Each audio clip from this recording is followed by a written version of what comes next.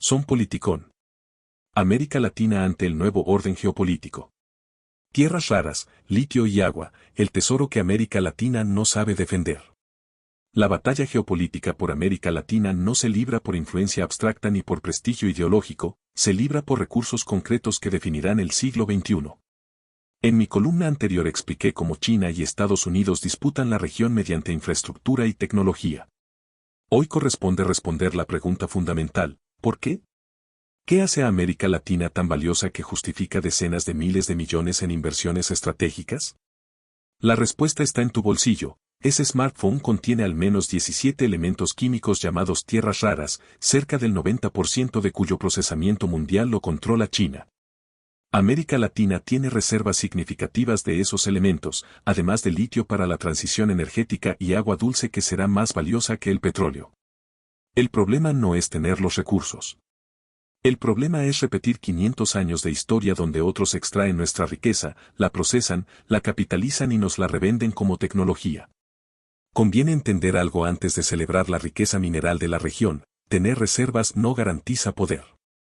Las tierras raras son 17 elementos químicos con nombres que nadie recuerda, pero sin los cuales la civilización moderna colapsa. Tu smartphone, tu auto eléctrico, cada turbina eólica, cada sistema de defensa moderna dependen de ellos. Sin tierras raras no hay transición energética, no hay economía digital, no hay defensa moderna. China posee cerca del 38% de las reservas mundiales con aproximadamente 44 millones de toneladas métricas, pero controla cerca del 90% del procesamiento global. Brasil tiene 21 millones de toneladas métricas, aproximadamente el 23% de las reservas mundiales, pero carece de capacidad instalada para procesarlas y aporta menos del 1% de la producción global. La diferencia es estratégica: sin procesamiento, las reservas son inútiles. Mountain Pass, la única mina de tierras raras en Estados Unidos, extrae mineral que debe enviar a China para refinarlo porque no tiene tecnología para hacerlo localmente. Es como tener petróleo sin refinerías: tienes riqueza en el subsuelo, pero otros tienen poder en el mercado. En segundo lugar, el triángulo de litio: Chile, Argentina y Bolivia. Concentra aproximadamente el 56% de las reservas mundiales de un elemento que pasó de commodity marginal a recurso estratégico en menos de una década. La transición energética global no es opcional sino imperativa según los acuerdos de París, y eso significa que la demanda de baterías crecerá exponencialmente. El mundo necesita 4 veces más litio del que produce actualmente, y lo necesita ahora. China ya domina proyectos clave en Argentina mediante Ganfeng Lithium y posee aproximadamente el 22% de SQM, Sociedad Química y Minera de Chile, vía Tianqi. Una inversión superior a $4.000 millones realizada en 2018. Bolivia, con 21 millones de toneladas en el Salar de Uyuni, la mayor reserva individual del planeta, oscila entre nacionalismo sin capacidad técnica y apertura con dependencia externa. El dilema boliviano es el dilema latinoamericano: soberanía sin capital o desarrollo con subordinación. Indonesia ofrece un caso instructivo que América Latina debería estudiar con urgencia. En 2020, el gobierno indonesio prohibió la exportación de níquel sin procesar, obligando a fabricantes de baterías a instalar plantas de procesamiento locales. Tesla, LG Energy y CATL, Contemporary Amperex Technology, fabricante chino de baterías, no tuvieron opción: o construían en Indonesia o perdían acceso al 22% de las reservas mundiales de níquel. Resultado: Indonesia multiplicó varias veces el valor agregado capturado localmente, generó empleo calificado, desarrolló capacidad técnica propia.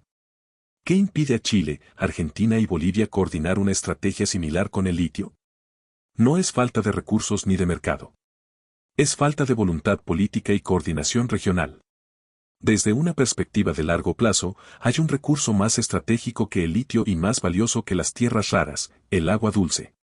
La cuenca amazónica contiene cerca del 20% del agua dulce superficial mundial, más acuíferos subterráneos cuya magnitud apenas comienza a comprenderse. Canadá dispone de más de 30.000 metros cúbicos de agua dulce renovable per cápita, el Medio Oriente tiene menos de 100. América del Sur promedia 7.000 metros cúbicos, una ventaja comparativa brutal en un mundo donde el 60% de la población vive con menos de 2.000. Cuando el agua sea más valiosa que el petróleo, y ese momento se acerca más rápido de lo que las élites regionales imaginan, ¿quién defenderá la soberanía amazónica? Paralelamente, América Latina se encuentra ante el mismo dilema que ha enfrentado durante 5 siglos, 3 caminos posibles y solo uno viable. El primero es el modelo extractivista clásico que conocemos demasiado bien: vender materia prima sin procesar, recibir inversión extranjera sin condiciones de transferencia tecnológica, generar empleo poco calificado y temporal, depender de precios internacionales volátiles. Es el modelo de Potosí, del guano peruano, del petróleo venezolano. La maldición de los recursos naturales es real: los países ricos en materias primas terminan pobres porque no capturan el valor agregado. El segundo camino es el modelo asiático de agregación de valor: permitir inversión extranjera con transferencia tecnológica obligatoria. Construir capacidad de procesamiento local mediante incentivos fiscales y protección estratégica de industrias nacientes, capturar gradualmente más eslabones de la cadena de valor. Invertir masivamente en educación técnica y científica. Corea del Sur lo hizo en electrónicos, China lo hizo con tierras raras, en los años 90 vendía mineral barato, en los 2000 invirtió en procesamiento. En 2010 dominaba la cadena completa desde extracción hasta manufactura de componentes electrónicos. El modelo requiere planificación estatal a largo plazo, inversión sostenida en educación científica, técnica e ingeniería, STEM, Science, Technology, Engineering, and Mathematics. Protección inicial de industrias estratégicas y coordinación entre gobierno, empresa privada y academia. El tercer camino es la fragmentación actual, que conduce inevitablemente al primer escenario. Cada país va por su lado: Chile debate entre nacionalización y apertura total sin resolver la contradicción, Argentina bajo Milei promete libertad absoluta para inversión extranjera sin condiciones.